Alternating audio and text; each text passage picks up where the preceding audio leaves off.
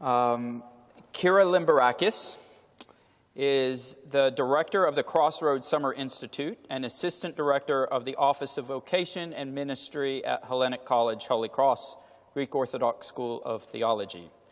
She received her bachelor's from Villanova, which is not as good as Fordham, but we won't say anything about that. Maybe in basketball. Yeah. All right, totally in basketball, yeah. And her Master of Theological Studies from Boston College School of Theology and Ministry, where she focused her studies on youth and young adult ministry, as well as the ministry of women in the church. Kyra's experience in Orthodox youth work spans 10 years and includes serving as staff of her Metropolis Camp, Ionian Village, Orthodox Christian Fellowship's Real Break program, and, of course, CrossRoad, all programs that were part of her own faith formation. Her current work also includes running discussion groups, retreats, and leadership workshops for the students at Hellenic College and Holy Cross. In addition to working in full-time ministry for the past 5 years, Kyra has published articles and spoken at conferences on the topic of young women's faith formation as resilient persons in and for the life of the church. She is a board member of the St. Phoebe Center for the Deaconess. Kyra is a native of the Philadelphia suburbs, where she grew up attending St. Luke's Greek Orthodox Church in Broomall. Kyra and her husband currently live in Somerville, Massachusetts, where they attend St. Mary's Antiochian Orthodox Church. She is the granddaughter of an Orthodox priest. She's committed to education and ministry of young people for the future of the church. Kyra Limberakis.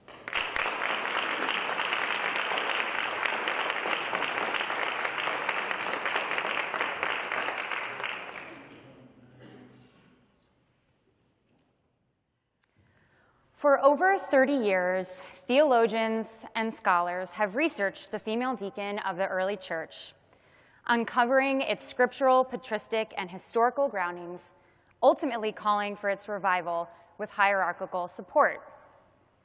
My esteemed fellow panelists have detailed this rich history and vision of the diaconate, both male and female.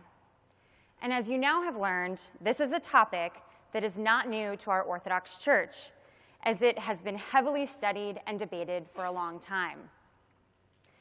I am here on this panel to suggest that this scholarship and theological discussion surrounding female ordination to the diaconate has to be rooted in its pastoral implication. This conversation must be grounded in the ultimate purpose of bringing people closer to Christ and creating a community that is rooted in his love, a love that emphasized the inherent dignity of women and men. The heart of this matter is considering bringing back a historical order of the early church that could provide more healing, more compassion, and more justice to the members of our community who are in pain, feel isolated, and might be ready to leave the church. In the next 30 minutes, I will paint a picture for you of the real struggles, questions, and pastoral needs of young Orthodox women that I've worked with over the past 6 years working for the CrossRoad Summer Institute. This is an Orthodox theological summer program for high school juniors and seniors hosted at Hellenic College, Holy Cross, Greek Orthodox School of Theology. Through my work, I have been privileged to accompany young people in their exploration of faith, listen to some of their deepest questions about vocation, identity, and belonging, and to hear their stories of joy, suffering, and hope. Over the years, I have felt particularly called to mentor and sustain young women in their faith, fostering their sense of purpose and vocation as Christian women, encouraging them to have a voice and to be active members of their communities. From their stories, I've gathered that many young people struggle to share these issues with their parents, parish priests, or even friends.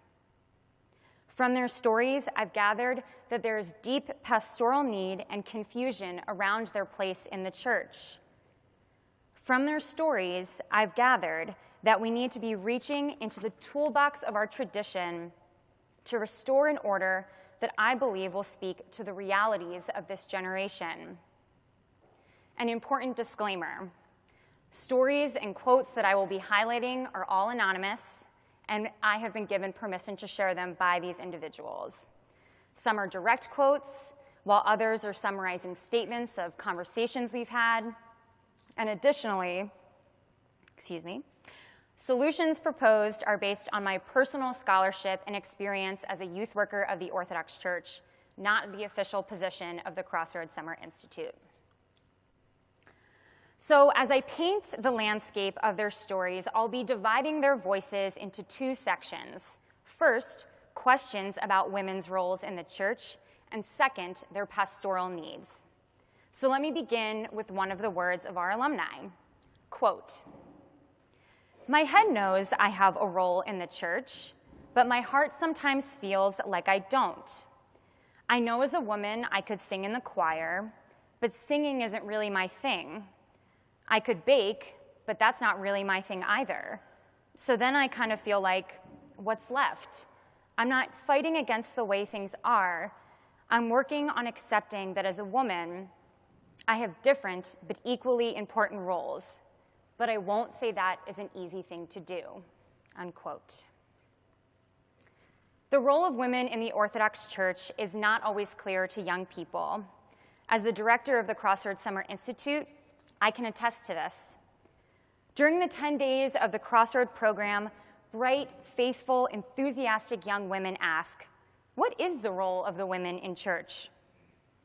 Many of the responses they have previously received to this question are vague, dissatisfactory, uninspiring, or hurtful.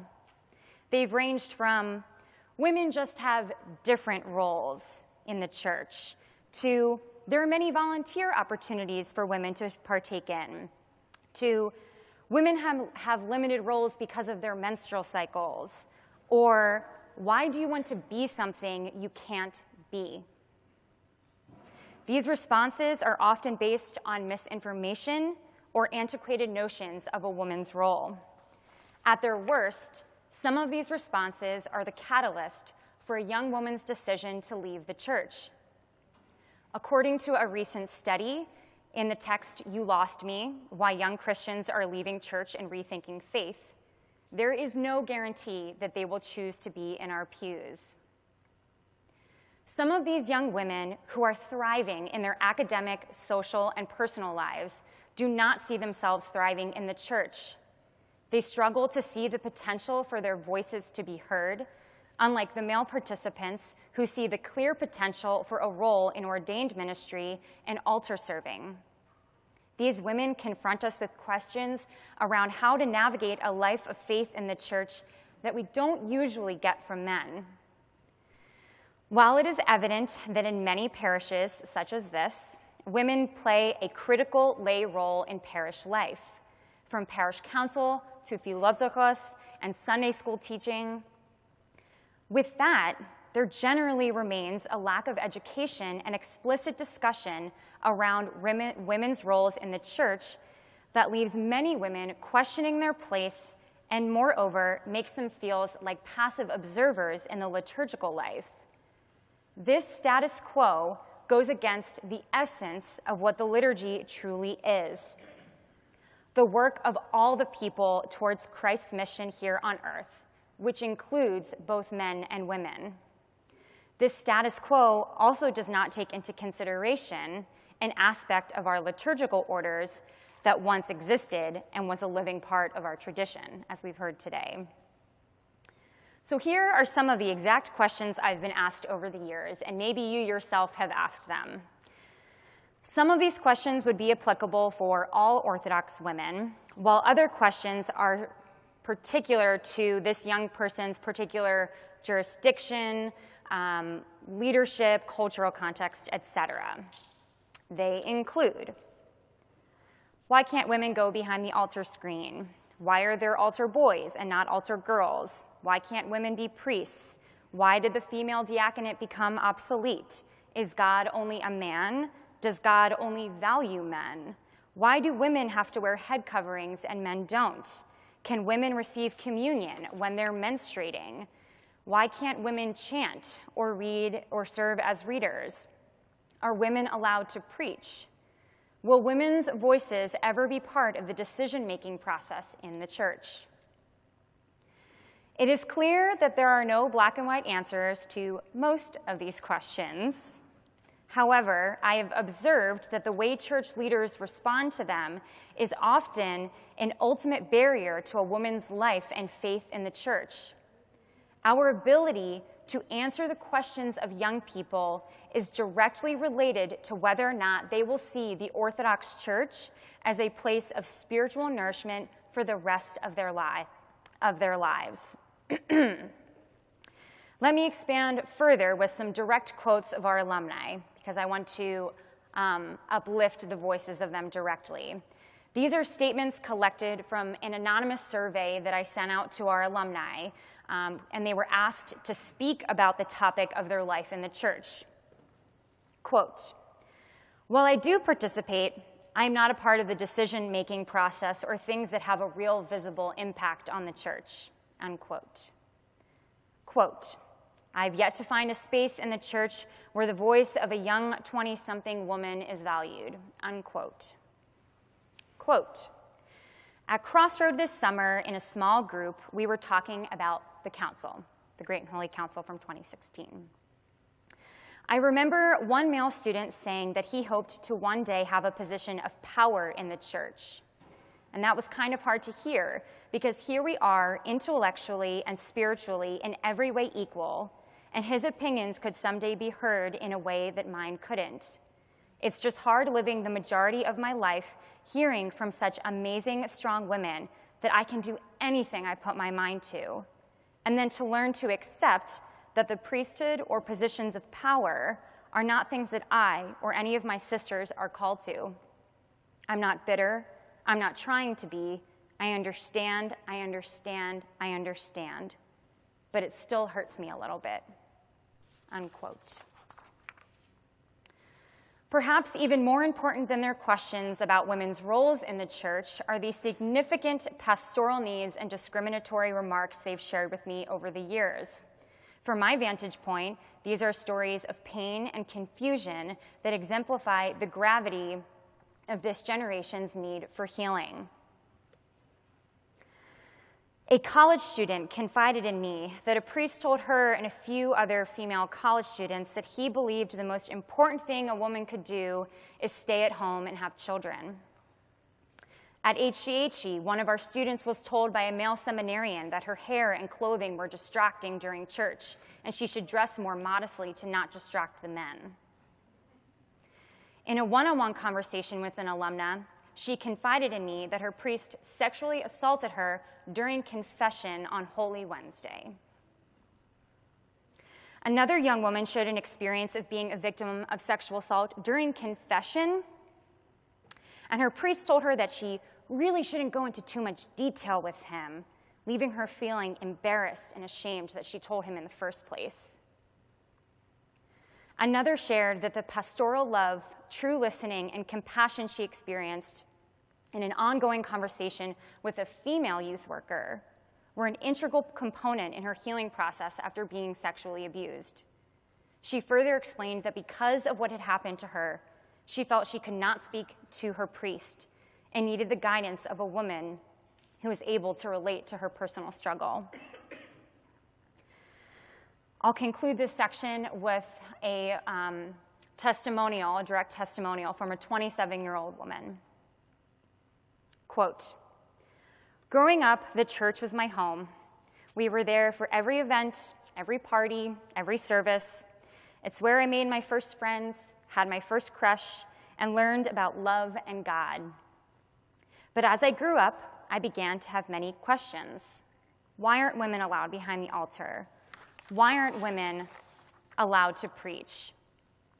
If I feel called, isn't that enough, since that's what boys are taught? You become a priest because God calls you, so why can't I also be called? Did God forget about me?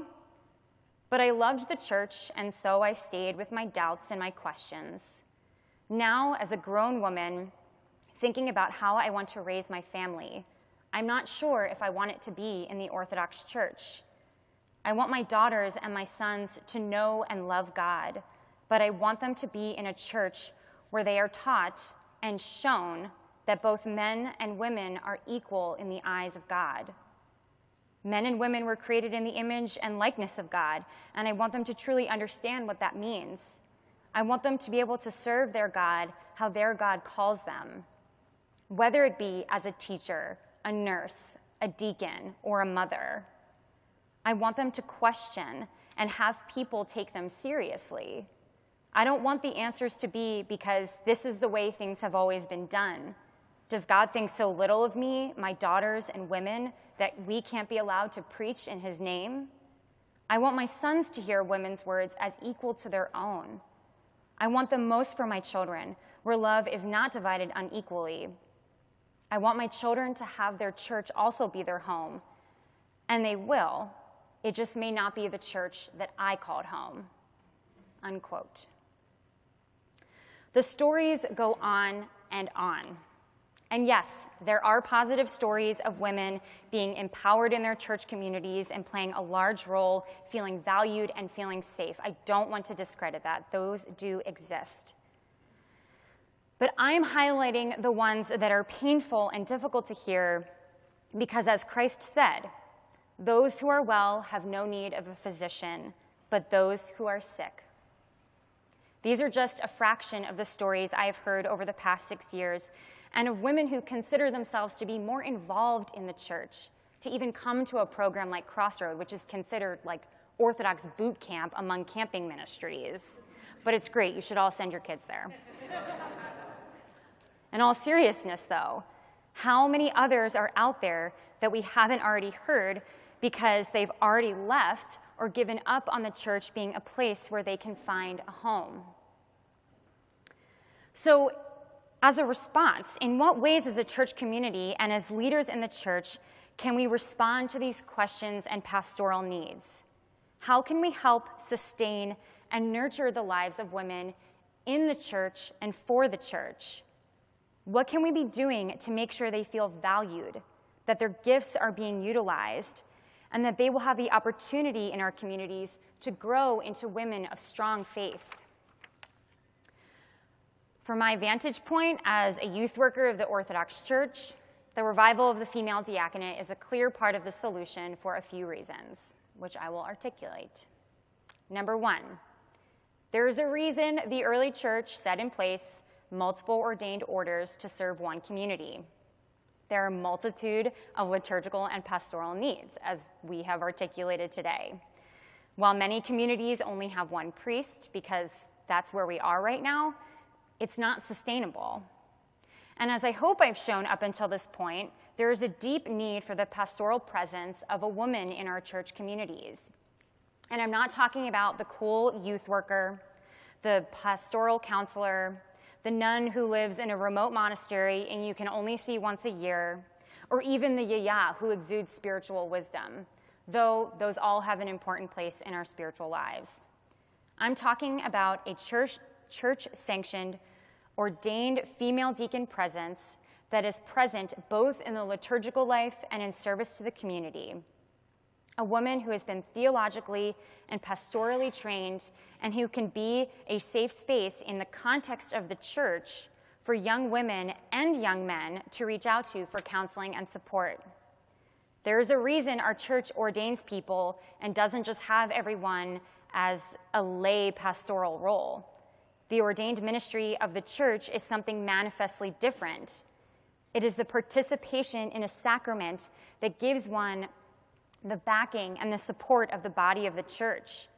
It is the participation in sacraments in a way that is transformative for the ordained person, and thus this transformation carries into their ministry and thus the person they serve.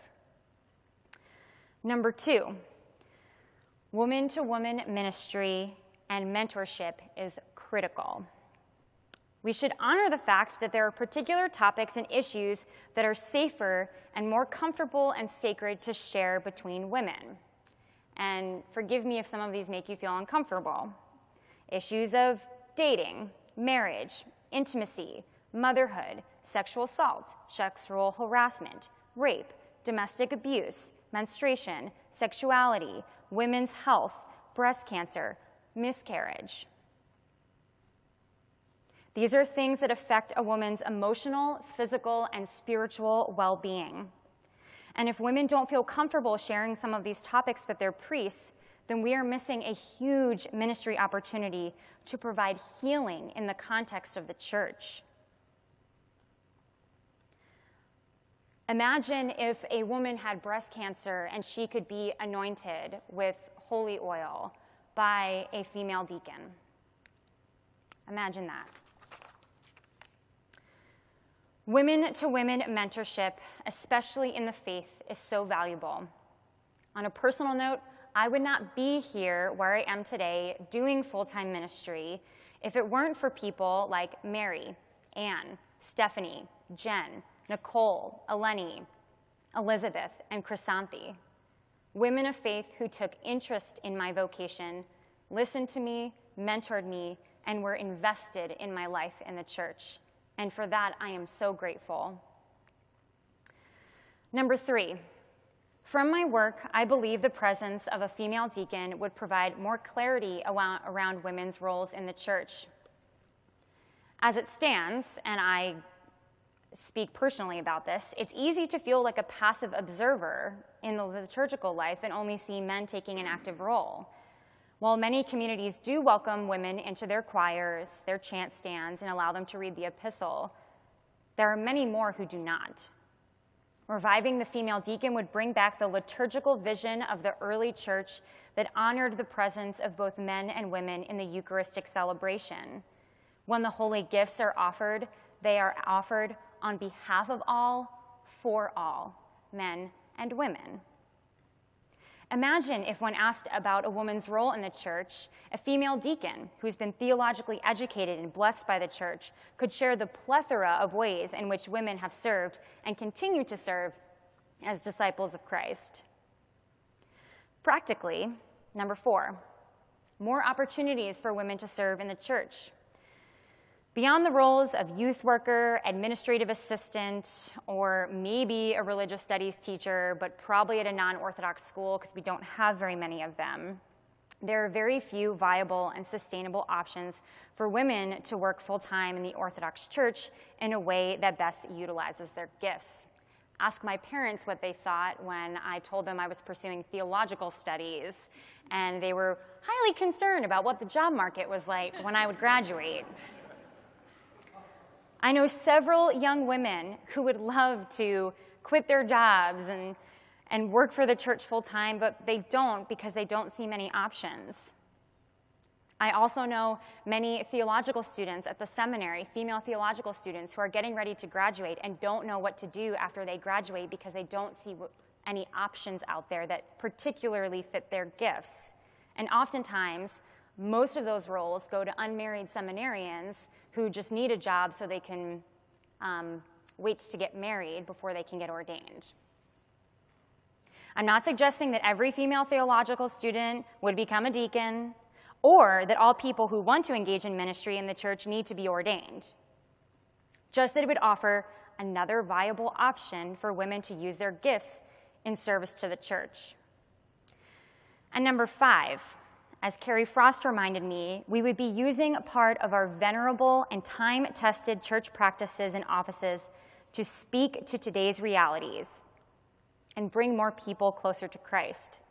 This is what a living and vibrant tradition does. I truly believe the presence of female deacons in our parishes would make a significant difference, not only in the lives of young women, but in the life of the whole community in bringing people closer to Christ. As I mentioned in the beginning of this paper, that is the ultimate goal here.